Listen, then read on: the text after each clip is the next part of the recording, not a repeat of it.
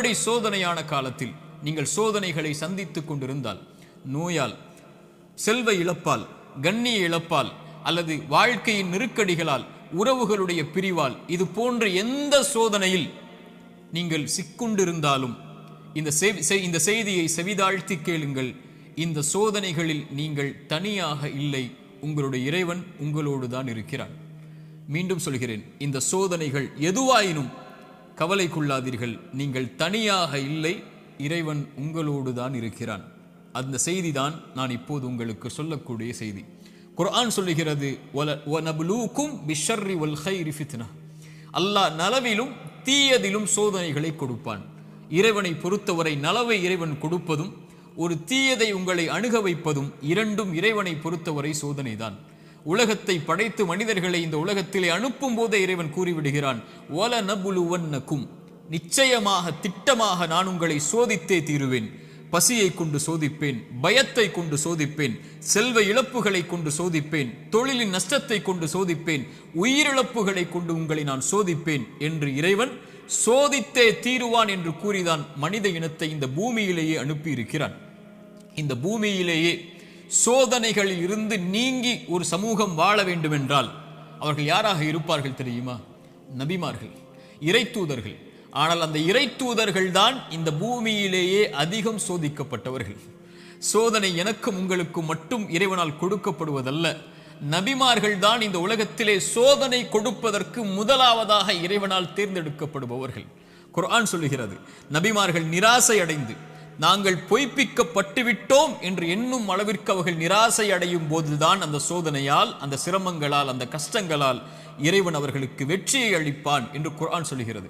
இறைத்தூதர் ஸல்லல்லாஹு அலைஹி வஸல்லம் அவர்களிடத்திலே கேட்கப்பட்டது, இந்த பூமியிலேயே அதிகமாக சோதனைக்கு உள்ளாக்கப்பட்டவர்கள் யார் என்று. அல்லாஹ்வின் தூதர் ஸல்லல்லாஹு அலைஹி வஸல்லம் அவர்கள் சொன்னார்கள், நபிமார்கள். அவர்களுக்கு பிறகு நல்லவர்கள், அவர்களுக்கு பிறகு அவர்களை பின்தொடர்பவர்கள் என்று அல்லாஹ்வுடைய தூதர் ஸல்லல்லாஹு அலைஹி வஸல்லம் அவர்கள் சொன்னார்கள். மனிதர்களுடைய எல்லோருடைய வாழ்க்கையிலும் இந்த எல்லா சோதனைகளும் பொதுவானது. நானும் நீங்களும் மட்டும் சோதனையில் உள்ளாக்கப்படுவதில்லை என்ற நியதியை நாம் புரிந்து கொள்ள வேண்டும். நமது வலதுபுறம் இடதுபுறம் இருக்கக்கூடிய எல்லோர்களும் சோதிக்கப்படுகிறார்கள். இப்போது பாருங்கள், பலஸ்தீனிலே முஸ்லிம்கள் படக்கூடிய பிரச்சனைகள், அவர்கள் சந்திக்கக்கூடிய சிரமங்கள், அவர்கள் சந்திக்கக்கூடிய உயிரிழப்புகள், பசியால் வாழக்கூடிய மனிதர்கள் நமக்கு முன்னால் வாழ்ந்து கொண்டிருக்கிறார்கள். தண்ணீர் கிடைக்காமல் தாகத்திலே கடல் நீரை குடிக்கக்கூடிய மக்கள் இன்று பலஸ்தீனிலே உண்டு. பசியால் புல்லை, விலங்கினங்களுடைய கழிவை சாப்பிடக்கூடிய மக்களாக இன்று பலஸ்தீன் மக்கள் பசியால் தாகத்தால் வாடுகிறார்கள். மனைவி இல்லை, குழந்தைகள் இல்லை, கணவன் இல்லை, உறவுகள் இல்லை. ஒரு கடைக்கு சென்று திரும்பி வந்த பெண்ணுக்கு குடும்பம் முழுக்க மண்ணில் புதைந்திருக்கிறது. அவர்களுக்கு உணவுக்கு வாய்ப்பில்லை, தண்ணீருக்கு வாய்ப்பில்லை, ஒதுங்குமிடத்திற்கு வாய்ப்பில்லை, பாதுகாப்பிற்கு வாய்ப்பில்லை. அவர்கள் தொழுவதற்கு மஸ்ஜிதுகள் இல்லை பலஸ்தீனில். இந்த சோதனைகளுக்கு முன்னால் எல்லாம் என்னையும் உங்களையும் நிறுத்தி பாருங்கள். நம் சோதனைகள் எல்லாம் ஏமாத்திரம். என்ன அளவு சோதனைகளை சந்திக்கிறோம். இப்படி மனித இனத்தில் அல்லாஹ் அவன் நாடியவர்களை அவன் நாடிய அளவு சோதனைகளை கொடுத்து நெருக்கிக் கொண்டே இருப்பான். இந்த சோதனையில் இருக்கக்கூடிய எனக்கும் உங்களுக்கும் குர்ஆனும் சுன்னாவும் சொல்லக்கூடிய மருந்துகள் என்ன தெரியுமா? முதலாவது மருந்து எடுத்துக்கொள்வோம், அல் ஈமானு பில் கதரி கைரிஹி வ ஷர்ரிஹி. நன்மையாயினும் தீயதாயினும் எதுவாயினும் என் இறைவனின் புறத்திலிருந்துதான் என்னை வந்தடைகிறது. அவன் இந்த சோதனை வருவதற்கு முன்னதாகவே அந்த விதியை நிர்ணயித்திருக்கிறான், அதை அறிந்திருக்கிறான். அந்த சோதனை எனக்கு வருகிறது, இதன் மூலமாக இறைவன் என்னை சுத்தப்படுத்த, என் அந்தஸ்தை உயர்த்த நாடுகிறான், அல்லது என்னை நான் செய்யும் பாவங்களால் தண்டிக்க நாடுகிறான். இதை பின்னால் விளக்குகிறேன்.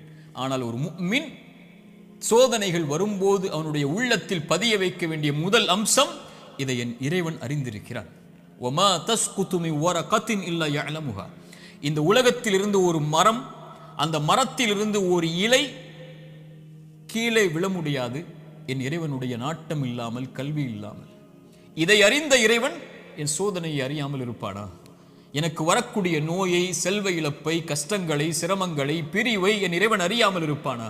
அல்லது நாம் இன்று உலகத்திலே பார்க்கக்கூடிய எல்லா சோதனைகளையும், பலஸ்தீனில் என்னுடைய சமூகம் படக்கூடிய சிரமங்களை, கஷ்டங்களை, சோதனைகளை, அந்த இரத்தங்களை, அந்த உயிரிழப்புகளை, அந்த பிரிவுகளை, அந்த ஓலங்களை இறைவன் அறியாமல் இருப்பானா? இறைவன் அனைத்தையும் அறிந்திருக்கிறான். ஆனால் அவனுக்கென்று ஒரு நியதி இருக்கிறது, அவனுக்கென்று ஒரு வழிமுறை இருக்கிறது. இந்த சமூகத்தை தூய்மைப்படுத்துவதற்கும் இந்த சமூகத்திற்கு அவன் பாவங்களின் காரணமாக தண்டனைகளை கொடுப்பதற்கும். அல் ஈமானு பில் கதரி வல் கைரிஹி வ ஷர்ரி, நன்மை தீமை அனைத்தும் இறைவனின் புறத்திலிருந்து வருகிறது, அவன் நாடியதால் தான் இது என்னை வந்தடைந்திருக்கிறது என்பதை முதலில் ஒரு முஃமின் ஏற்றுக்கொள்ள வேண்டும். இரண்டாவது மருந்து, இறை நினைவை உள்ளத்திலே கொண்டு வர வேண்டும். இறைவனை உள்ளம் நினைக்க தயாராக வேண்டும்.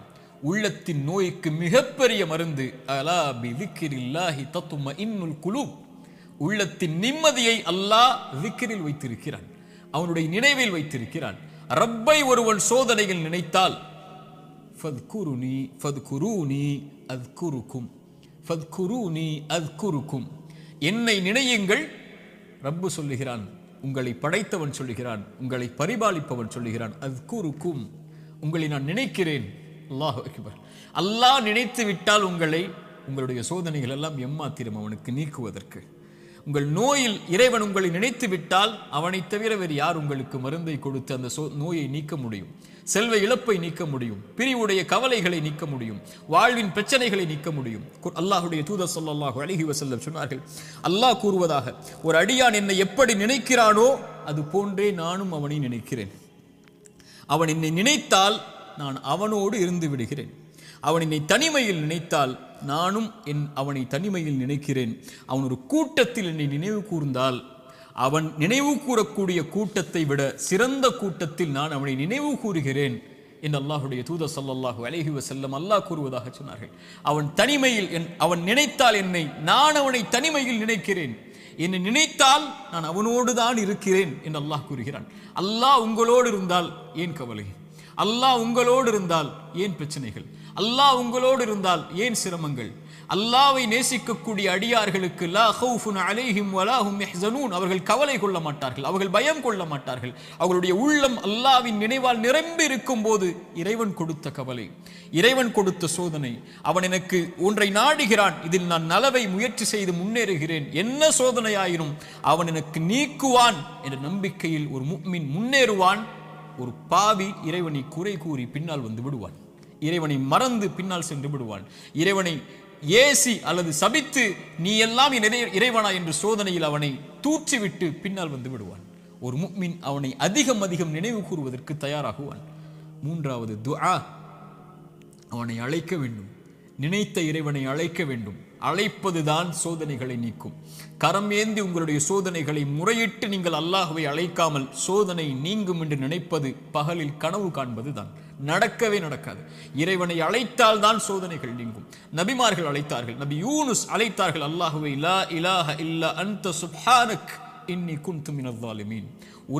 உறவுகளை விட்டு நீங்கி, உலகத்தை விட்டு நீங்கி செய்த ஒரு சிறிய தவறால் மீன் வயிற்றில் அகப்பட்டு இருளில் கிடக்கக்கூடிய ஒரு நபி, அவர்களுக்கு தெரியும் இந்த இருளில் இருந்து யாரும் என்னை நீக்க முடியாது, என்னை விளக்கி கொண்டு வர முடியாது, மீன் வயிற்றுடைய இருள் சூழ்ந்திருக்கிறது. உங்களுடைய வாழ்க்கையும் இருளால் சூழப்பட்டிருந்தால் அல்லாஹ்வுடைய தூதர் சொன்னார்கள், யூனுஸ் அழைத்த அந்த பிரார்த்தனையை நீங்களும் அழையுங்கள், அல்லாஹ் உங்களையும் அந்த பிரச்சனையில் இருந்து நீக்குவான். லா இலாஹ இல்லா அன்த சுப்ஹானக், வணக்கத்துக்குரிய இறைவனை, உன்னை தவிர வணங்கத் தகுதியானவன் யாரும் இல்லை, நீ பரிசுத்தமானவன். இன்னி குன்து மினல் ஸாலிமீன், நான் அநீதம் செய்பவன் யா அல்லாஹ், அநீதத்திற்கு உள்ளானவன் யா அல்லாஹ், எனக்கு இந்த சோதனைகளை நீக்கு யா அல்லாஹ் என்று அவன் கேட்பான். அல்லாஹ் அந்த சோதனையை நீக்குவான். நான் செய்த பாவத்தால் எனக்கு இந்த சோதனை என்றால் இதோ விடுகிறேன் யா அல்லாஹ், நீக்கு யா அல்லாஹ். நபி யூனுஸ் அழைத்தார், அல்லாஹ் நீக்கிறான். நபி மூசா அழைத்தார், அல்லாஹ் நீக்கிறான். நபி இப்ராஹிம் அழைத்தார்கள், அல்லாஹ் நீக்கினான். நபி தாவூத் அழைத்தார்கள், அல்லாஹ் நீக்கினான். நபி நூஹ் அழைத்தார்கள், அல்லாஹ் நீக்கினான். நபி ஜக்கரியா அழைத்தார்கள், அல்லாஹ் நீக்கினான். நபி அய்யூப் அழைத்தார்கள், அல்லாஹ் நீக்கினான். முஹம்மது ரசூலுல்லாஹ் ஸல்லல்லாஹு அலைஹி வஸல்லம் அழைத்தார்கள், அல்லாஹ் நீக்கினான். நாம் அழைத்தோமா அல்லாஹ்வை? நாம் கேட்டோமா அல்லாஹ்விடத்தில்? நாம் முறையிட்டோமா, யா அல்லாஹ் இந்த சோதனையால் சிரமப்படுகிறேன், அவதிப்படுகிறேன், கஷ்டப்படுகிறேன், இன்னல் படுகிறேன், கண்ணீர் வடிக்கிறேன், எனக்கு இந்த சோதனையை நீக்கு யா அல்லாஹ். என் பாவத்தின் மூலமாக வந்திருந்தால் இதோ இந்த பாவங்களை விட்டு விலகி வருகிறேன் யா அல்லாஹ், என் கவலையை நீக்கு என்று கேட்டிருக்கிறோமா? அல்லாஹ்வுடைய தூதர் ஸல்லல்லாஹு அலைஹி வஸல்லம் ஒரு நபித்தோழரை பார்க்கிறார்கள், பள்ளியில் தொழுகை அல்லாத நேரத்தில்.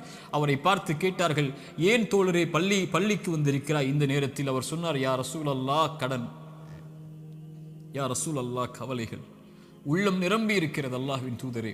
அல்லாஹ்வுடைய தூதர் ஸல்லல்லாஹு அலைஹி வஸல்லம் சொன்னார்கள், நான் ஒரு துஆவை சொல்லித் தருகிறேன், அதை நீ ஓதினால் அல்லாஹ் ரப்புல் ஆலமீன் உனக்கு இந்த சோதனைகளில் இருந்து வெளியேறக்கூடிய வாய்ப்பை அல்லாஹ் ரப்புல் ஆலமீன் உனக்கு தருவான். என்ன அல்லாஹ்வின் தூதரே அந்த பிரார்த்தனை? அல்லாஹும்ம இன்னி அஊது பிக மினல் ஹம்மி வல் ஹஸன், அல்லாஹும்ம இன்னி அஊது பிக மினல் ஹம்மி வல் ஹஸன். யா அல்லாஹ், என்னுடைய துக்கம், என்னுடைய எதிர்காலம் என்ன ஆகப் போகிறது, நான் எதை நோக்கி செல்லப் போகிறேன், என்னுடைய வருமானம் என்ன ஆகப் போகிறது, இவ்வளவு கஷ்ட இழப்புகளை சந்தித்து விட்டேனே, இனிமேல் என்ன ஆகப் போகிறது என்ற கவலையில் இருந்தால் யா அல்லாஹ் அந்த துக்கத்தை நீக்கு யா அல்லாஹ். எதிர்கால கவலைகளை பற்றிய கவலையை உள்ளத்திலிருந்து நீக்கு யா அல்லாஹ். வல் ஹஸன், என்னுடைய முன்னால் நான் செய்த பாவங்கள், முன்னால் என் வாழ்க்கையில் நடந்த நிலைகள், நான் சந்தித்த இழப்புகள், அதனால் என் உள்ளம் துவண்டிருக்கிறது. எதிர்காலத்தை பற்றியும் கடந்த காலத்தில் நான் செய்ததை பற்றியும் என்னுடைய உள்ளம் கவலை கொண்டு நடக்க முடியாமல், நகர முடியாமல் இருக்கிறேன் யா அல்லாஹ். அதை நீக்கு யா அல்லாஹ். எதிர்காலத்தை பற்றிய கவலையை நீக்கு, கடந்த காலத்தை பற்றிய நினைவுகளை நீக்கு, இனிமேல் வாழக்கூடிய வாழ்க்கையை சரிபடுத்தி என்று இறைவனை அழைப்பான். அல்லாஹும்ம இன்னி அஊது பிக மினல் ஹம்மி வல் ஹஸன் வ அஊது பிக மினல் அஜ்ஸி வல் கஸல். யா அல்லாஹ், இயலாமை, என்னால் இனிமேல் என்ன செய்ய முடியும், என்ன இருக்கிறது என்னிடத்தில், எதை கொண்டு சொல்லுவேன் என்ற பயம், இயலாமை என்னிடத்தில் இருக்கிறது. யா அல்லாஹ், கசல், சோம்பேறித்தனத்தால் சோம்பலில் இருக்கிறேன், என்னால் முடியும் யா அல்லாஹ், ஆனால் எழ முடியவில்லை, என்னால் இந்த சோதனைகளை கடக்க முடியவில்லை, என்னிடத்திலே தைரியம் இல்லை யா அல்லாஹ், தைரியத்தை கொடு, அதை செய்து முடிக்கக்கூடிய உறுதியை கொடு. வஅஊது பிக மினல் அஜ்ஸி வல் கஸல் வஅஊது பிக மினல் ஜுப்னி வல் புகுல். யா அல்லாஹ், கஞ்சத்தனத்தை விட்டும், யா அல்லாஹ் கோழைத்தனத்தை விட்டும், யா அல்லாஹ் கடன் என்னை மிகைப்பதை விட்டும், மனிதர்கள் என்னை ஆக்கிரமிப்பதை விட்டும் என்னை பாதுகாத்து விடு யா அல்லாஹ். இந்த அல்லாஹ்வுடைய தூதர் ஸல்லல்லாஹு அலைஹி வஸல்லம் அந்த துஆவை அந்த தோழருக்கு கற்றுக் கொடுத்தார்கள். இதை ஓதக்கூடிய வழக்கம் உள்ளவர்களாக மாற வேண்டும். இப்படி அல்லாஹ்வை அழைக்கக்கூடிய முறையிலெல்லாம் இதா சஅலக இபாதி அன்னி ஃபஇன்னி கரீபுன் உஜீபு தஅவத தாஇ இதா தஆன். அழைப்பவர்கள் அழைத்தால் அந்த அழைப்பிற்கு இவன் பதில் கொடுக்காமல் இருப்பதில்லை. அல்லாஹ்வின் தூதர் சொன்னார்கள், ஒரு மனிதன், ஒரு முஃமின் அல்லாஹ்விடத்திலே கரம் ஏந்தி அவனுடைய கரம் அல்லாஹ் கொடுக்காமல் கீழே விழுந்தால் அவன் கேட்பதை இறைவன் வெட்கப்படுகிறான் என்று அல்லாஹ்வுடைய தூதர் ஸல்லல்லாஹு அலைஹி வஸல்லம் சொன்னார்கள். அல்லாஹ்வை அழையுங்கள். கடைசியாக இந்த நேரத்தில் சுருக்கமாக சொல்கிறேன், மீண்டும் சொல்கிறேன், நோயால் சிரமப்படுகிறீர்களா, இழப்புகளால் சிரமப்படுகிறீர்களா, பிரிவால் சிரமப்படுகிறீர்களா, கடினமான காலத்தை வாழ்க்கையில் கடக்கிறீர்களா, ஒருபோதும் அல்லாஹ் உங்களை கைவிட மாட்டான். உங்களை விட இறைவன் உங்கள் மீது நேசம் கொண்டிருக்கிறான். கவலை கொள்ளாதீர்கள். நீங்கள் தனியாக ஒருபோதும் இல்லை. உலகமெல்லாம் உங்களுக்கு எதிராக இருந்தாலும் நீங்கள் தனியாக இல்லை. அவன் உங்களோடு இருக்கிறான். அவன் உங்களோடு இருந்தால், இந்த உலகத்தில் யார் உங்களோடு இல்லை என்றாலும், இந்த உலகமே உங்களை வெறுத்திருந்தாலும், உலகமே உங்களை புறக்கணித்தாலும் கவலை கொள்ளாதீர்கள். அது போதும் நமக்கு.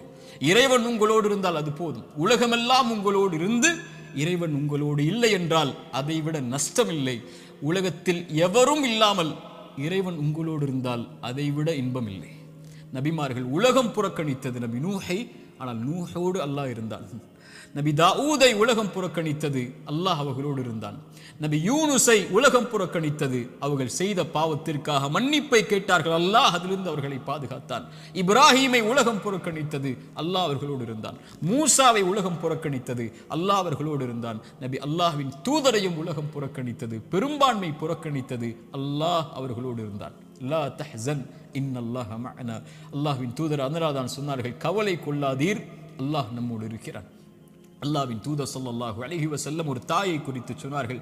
போர்க்களத்தில் காணாமல் போய் கிடைத்த ஒரு குழந்தையை ஒரு தாய் தேடி வரும்போது அல்லாஹ்வுடைய தூதர் அதை எடுத்து கொடுக்கும் போது, அந்த தாய் அந்த குழந்தையை வாங்கி கட்டி அணைத்து அதற்கு உணவை கொடுக்கும் போது அல்லாஹ்வின் தூதர் நபித்தோழர்களை பார்த்து கேட்டார்கள், இந்த தாய் இந்த குழந்தையை நெருப்பில் வீசுவாளா?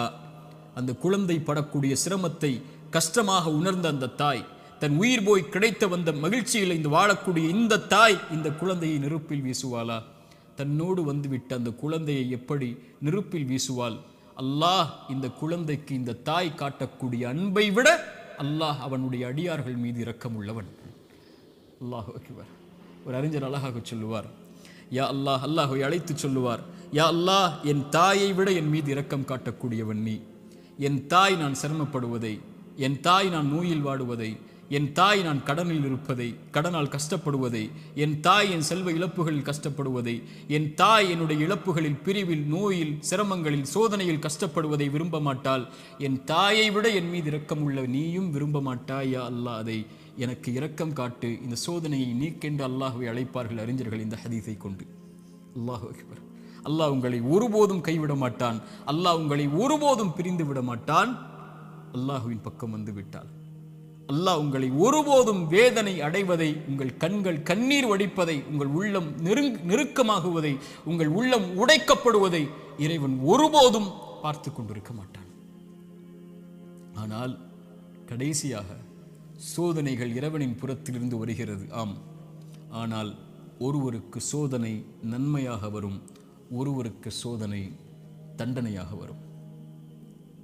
நபிமார்களுக்கு சோதனை வந்தது என்று சொன்னேன். எல்லா நபிமார்களுக்கும் சோதனை வந்தது. அந்த சோதனைகள் அவர்களை தூய்மைப்படுத்துவதற்காக, அவர்களை சுத்தப்படுத்துவதற்காக, அவர்களுடைய அந்தஸ்தை அல்லாஹ்விடத்திலே உயர்த்துவதற்காக, ஈமானில் அவர்களை உறுதிப்படுத்துவதற்காக, எல்லாவற்றையும் கொண்டும், உலகத்தை கொண்டும், மார்க்கத்தை கொண்டும், தீனை கொண்டும் அல்லாஹ் சோதித்துக் கொண்டே இருந்தால் அவனின் பக்கம் அவர்களை நெருக்கமாக்கி, அவனின் பக்கம் அவர்களை நெருக்கமாக்கி கொண்டு வருவதற்காக.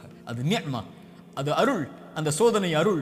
அல்லாஹ்வுடைய தூதர் ஸல்லல்லாஹு அலைஹி வஸல்லம் அவர்கள் சொன்னார்கள், உலகத்தில் அதிகமாக சோதிக்கப்பட்டவர்கள் யார் என்று கேட்கும்போது நபிமார்கள், அவர்களுக்கு பின்னால் வந்தவர்கள், அவர்களுக்கு பின்னால் வந்தவர்கள் என்று சொல்லிவிட்டு சொன்னார்கள், அல்லாஹ் ஒரு மனிதனுடைய மார்க்கத்திற்கு ஏற்ப அவனை சோதிப்பான். யா அல்லாஹ், அவனுடைய மார்க்கம் நிலையாக உறுதியாக இருந்தால் அந்த உறுதியோடு, அந்த நிலையோடு சோதனையும் உறுதியாகும். யா அல்லாஹ். மேலும் சொன்னார்கள், அவனுடைய மார்க்கம் எளிதாக இருந்தால் சோதனையும் அவனுக்கு எளிதாகும். ஆனால் இறைவன் நாடக்கூடிய அடியார்களை இறைவன் சோதனைகளை கொண்டு, சிரமங்களை கொண்டு நெருக்கமாக்கி கொண்டே இருப்பான், இந்த பூமியில் அவன் பாவம் இல்லாதவனாக நடக்கும் வரை. யா அல்லாஹ், இந்த ஹதீஸை எப்படி விவரிப்பது இந்த சிறிய நேரத்தில்? இன்ஷா அல்லாஹ் வாய்ப்புகள் வரும்போது இந்த ஹதீஸை விவரிக்கிறேன். அல்லாஹ் சோதனைகளை கொண்டு ஒரு மனிதனை பக்குவப்படுத்துவான், நிலைப்படுத்துவான், முன்னேற்றுவான். அவனுக்கு அடுத்த கட்டத்தை நோக்கி அவனுடைய வாழ்வை நகர்த்துவான். அவன் அதன் மீது நம்பிக்கை கொண்டிருப்பான். நலவு வந்தால் அல்ஹம்துலில்லாஹ், சோதனை வந்தாலும் அல்ஹம்துலில்லாஹ், அல்லாஹ்வை புகழ்வான், அல்லாஹ்விடத்திலே உதவி தேடுவான். இவன் முஃமின். ஆனால் பாவி, இறைவன் சோதனையை கொடுத்தால் அல்லாஹ்வை விட்டு விலகுவான், சோதனையை கொடுத்தால் பாவங்களை நோக்கி செல்லுவான், சோதனையை கொடுத்தால் இறைவனை மறந்து விடுவான். அது நலவின் சோதனையாக இருந்தாலும் பாவத்தின் சோதனையாக இருந்தாலும். இந்த குர்ஆனின் எச்சரிக்கை மிக்க இந்த வசனத்தை கேளுங்கள். ஃபலம்மா நஸூ மா துக்கிரு பிஹி, எம் நினைவை விட்டு நீங்கள் மறந்து வாழும் போது, ஃபதஹ்னா அலைஹிம் அபுவாப குல்லி ஷை, வானத்தின் கதவுகள் எல்லாம் திறக்கப்படும், என்ன வேண்டுமோ கிடைக்கும். ஹத்தா இதா ஃபரிஹு மா ஊது, அல்லாஹ் கொடுத்ததை கொண்டு அவர்கள் நிம்மதியோடு வாழ்ந்து கொண்டிருக்கும் போது, அது சோதனை என்று அறியாத அந்த பாவிகளுக்கு அஹத்னாஹும் பக்ததன், திடீரென்று அல்லாஹ் பிடித்து அவர்களை நஷ்டவாளிகளாக மாற்றி விடுவான். அல்லாஹ்வின் தூதர் ஸல்லல்லாஹு அலைஹி வஸல்லம் சொன்னார்கள், அடியானுக்கு அல்லாஹ் ஒரு சோதனையை இந்த உலகத்திலே விரைவுபடுத்துகிறான் என்றால் அவனுக்கு அல்லாஹ் ரப்புல் ஆலமீன் நலவை நாடுகிறான். அல்லாஹ் அவனுக்கு சோதனையை தாமதப்படுத்துகிறான் என்றால் பாவங்களின் காரணமாக நாளை மறுமையில் அவனுக்கு அல்லாஹ் ரப்புல் ஆலமீன் அதை கொடுப்பதற்கு அல்லாஹ் காத்திருக்கிறான். தீயதாக நல்லவருக்கு சோதனையை உலகத்திலேயே கொடுத்து அல்லாஹ் அவனை நெருக்கமாக்கி விடுவான். பாவியை விடுவான் அல்லது பிடிப்பான். பிடித்தாலும் விட்டாலும் அவன் அழிவது நிச்சயம். அல்லாஹ் ரப்புல் ஆலமீன் அப்படிப்பட்ட பாவங்களை விட்டு அல்லாஹ் எம்மை பாதுகாப்பானாக. நல்லவர்களுக்கு சோதனை அருள். அவர்கள் அனுபவிக்கக்கூடிய ஒவ்வொரு கண்ணீர் துளிக்கும், ஒவ்வொரு சிரமத்திற்கும், ஒவ்வொரு கவலைக்கும், ஒவ்வொரு துக்கத்திற்கும், ஒவ்வொரு அழைப்பிற்கும், அவர் காலில் ஒரு முள் தைத்தால் கூட அவர் படக்கூடிய இன்னலுக்கும் அல்லாஹ் பாவங்களை அழித்து கொண்டே இருப்பான். ரசூலுல்லாஹ் சொன்னார்கள் ஸல்லல்லாஹு அலைஹி வஸல்லம். ஆனால் பாவி படக்கூடிய ஒவ்வொரு சோதனையும் அவன் மீண்டு அல்லாஹ்விடத்திலே செய்த பாவங்கள் எதுவாயினும், அவன் கடந்த காலம் எதுவாயினும், எவ்வளவு கொடிய பாவங்களை வைத்திருந்தாலும் அவன் பாவத்திலிருந்து விலகாமல் சோதிக்கப்படும் போது நன்மையை நோக்கி செல்லாமல் இருந்தால் அவனுக்கு இந்த உலக வாழ்வும் மறுமையும் அழிவுதான். சோதிக்கப்பட்டால் உள்ளத்திடம் கேளுங்கள், நன்மையில் இருக்கிறாயா, பாவத்தில் இருக்கிறாயா? நன்மையில் இருந்தால் இது உனக்கு அருளின் சோதனை, முன்னேறு, வெளிச்சம் உனக்கு முன்னால் இருக்கிறது, நடந்து சென்று கொண்டே இரு, இந்த இருள் நீங்கிவிடும். இருளுக்கு பிறகு பகல், துன்பத்திற்கு பிறகு இன்பம், நோய்க்கு பிறகு சுகம், இப்படி உலகம் மாறி மாறி உனக்கு கொடுக்கும். ஓடிவிடு நன்மையை தேடி. வெளிச்சம் உன் வாழ்க்கையில் விரைவில் வரும் மிகப்பெரிய வெளிச்சமாக. நீ ஒரு மாதம் சிரமப்படுவாய், ஆனால் நீ கடக்க வேண்டிய இந்த மாதத்தை அல்லாஹ்வின் நம்பிக்கையில் நன்மையில் கடந்து விட்டால் நீ வருடம் முழுக்க நிம்மதியோடு இருப்பாய். 3 நாள் 4 நாட்கள் நோயில் சிரமப்பட்டால் கவலை கொள்ளாதே. அந்த நோயை அல்லாஹ்வின் நன்மைகளை எதிர்பார்த்து காரணிகளை எடுத்துக்கொண்டு களி. அல்லாஹ் உனக்கு அதற்கு பிறகு மிகப்பெரிய சுகத்தை வைத்திருக்கிறான். ஆனால் பாவத்தில் இவை அனைத்தையும் நீங்கள் சந்தித்தால், பாவம் உங்களிடத்திலே இருந்தால், யா அஹி யா உஹ்தி, என் தோழரே, என் சகோதரியே, அல்லாஹ்விற்காக அதை விடுங்கள். அல்லாஹ் உங்களை அரவணைக்க காத்து கொண்டிருக்கிறான். அவனை நோக்கி வந்து விடுங்கள். உங்கள் வாழ்வின் கவலைகள், பிரச்சனைகள், துன்பங்கள் இவை அனைத்தையும் இறைவன் நீக்கி விடுவான். அல்லாஹ் அப்படிப்பட்ட வாழ்வை எமக்கு தரட்டும். அல்லாஹ் இந்த அறிவுரை எனக்கும் உங்களுக்கும் அறிவுரையாக்கட்டும். இதன் மூலமாக என்னுடைய வாழ்வை இறைவன் செழிப்பாக்கட்டும். உலக சமூகத்திலே முஸ்லிம் சமூகம் படுகின்ற இன்னல்கள், கஷ்டங்கள், பிரச்சனைகள், சோதனைகள், குறிப்பாக பலஸ்தீனில் நம்முடைய சகோதர சகோதரிகள் படக்கூடிய எல்லா இன்பங்கள், எல்லா இழப்புகளுக்கும், எல்லா சோதனைகளுக்கும், எல்லா துன்பங்களுக்கும் அல்லாஹ் விரைவில் மிகப்பெரிய வெற்றியோடு அல்லாஹ் வெளிச்சத்தை தரட்டும். அகூலு கௌலி ஹாதா அஸ்தக்ஃபிருல்லாஹ் லீ வலக்கும். அஸ்ஸலாமு அலைக்கும் வரஹ்மத்துல்லாஹி வபரகாத்துஹு.